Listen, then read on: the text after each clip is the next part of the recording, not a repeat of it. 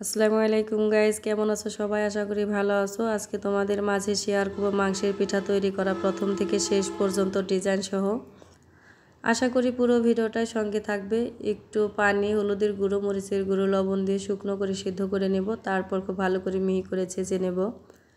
এবার পুর বা খাজিটা রেডি করে নেব। তেলের ভিতরে দিয়ে দিয়েছি গরম মশলা, পেঁয়াজ কুচি। যদিও ওই পিঠাটা কমন পিঠা, তারপরও আমি আমার মতো করে তোমাদের মাঝে শেয়ার করলাম। তো দিয়ে দিলাম কিছুটা কাঁচামরিচ কুচি। কিছুক্ষণ ভেজে নিয়ে দিয়ে দিলাম হলুদের গুঁড়ো, মরিচের গুঁড়ো,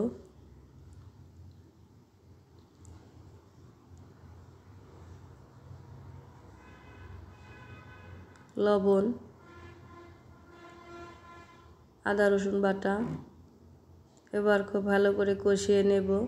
এখানে এক্সট্রা কোনো পানি অ্যাড করব না। কিছুক্ষণ কষিয়ে নেবার পর দিয়ে দিলাম ছেঁচে রাখা মাংস। আসলে এই পুর বা খাজি ভুনাটা ভালো লাগলে পিঠাটা খেতে ভালো লাগে। তো দেখতে পাচ্ছ আমার পুর বা খাজি একদম রেডি। এবার ভাজা জিরের গুঁড়ো, গরম মশলা গুঁড়ো দিয়ে মিশিয়ে নামিয়ে নেব। তো এখন হচ্ছে গুঁড়িটাকে সিদ্ধ করে নেব। পানি দিয়ে দিয়েছি পরিমাণ মতো লবণ। পানিটা যখন বলক চলে এসেছে তখন দিয়ে দিচ্ছি গুঁড়ি। তো আমি চাউলটাকে 2 ঘন্টা মতো ভিজিয়ে রেখে ভাঙিয়ে এনেছি। সেজন্য এখানে 1 বাটি পানি, 2 বাটি গুঁড়ি দিয়ে দিলাম। তো তোমরা যদি শুকনো চাউলের গুঁড়ি সিদ্ধ করতে চাও সেক্ষেত্রে 1 বাটি গুঁড়ি 1 বাটি পানি দিলেই দেখবে পারফেক্ট সিদ্ধ হয়ে যাবে। তো এখনও অনেকে আছে গুঁড়ি সিদ্ধ করতে আনইজি ফিল করে, পানি কম হয় বেশি হয়। আশা করি এই ভিডিওটা ফলো করলে 100% ভালোভাবে পারবে। তো একটু গরম গরম অবস্থায় আমি মথে নেব। তো তোমরা দেখো 4 মিনিট 5 মিনিটের একটি ভিডিও।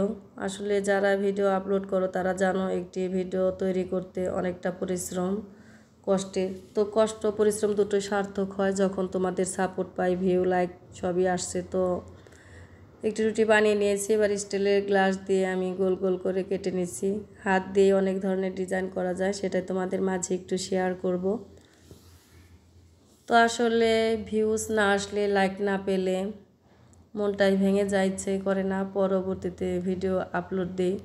তো যারা আমার ভিডিওটা দেখছো অবশ্যই তারা ছোট্ট করে একটি লাইক দিয়ে যাবে, আমার চ্যানেলটাকে সাবস্ক্রাইব করে পাশে থাকবে। তোমাদের সাপোর্ট ও ভালোবাসায় নতুন নতুন ভিডিও দিতে উৎসাহিত হতে পারবো এবং সামনের দিকে এগিয়ে যেতে পারবো। তো কয়েক ধরনের পিঠা আমি বানিয়ে নিয়েছি। এবার আরেকটি ডিজাইন করে নেব।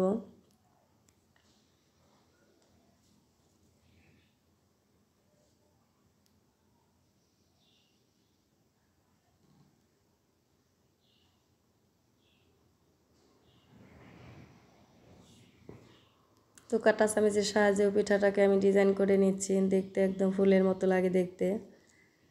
তো আরেকটি গোল পিঠা আমি বানিয়ে নিয়েছি, অর্ধেক ডিজাইন করে নিয়েছি, বাকিটা আমি পাপড়ি করে নেব কাঁটা চামচের সাহায্যে, দেখতেই পাচ্ছ।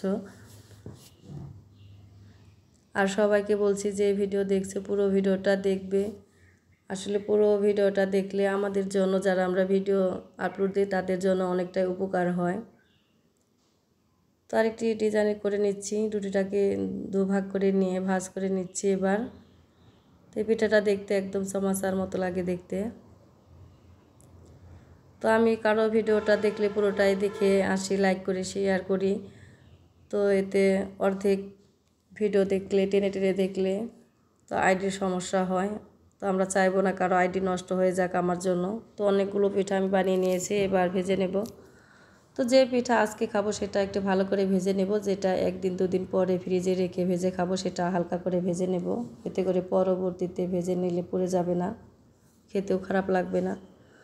তো একইভাবে একই প্রসেসে সবগুলো পিঠা বানিয়ে নেব এবং ভেজে নেব। আশা করি ভিডিওতে তোমাদেরকে আমি অনেক কিছুই বোঝাতে পেরেছি। ভুল হলে অবশ্যই ক্ষমার দৃষ্টিতে দেখবে এবং আমাকে পরামর্শ দিবে কমেন্ট করে। তো দেখতে পাচ্ছ অনেকগুলো পিঠা আমার বানানো হয়ে গেছে। তো আজ এই পর্যন্ত, সবাই ভালো থেকো, আল্লাহ হাফেজ।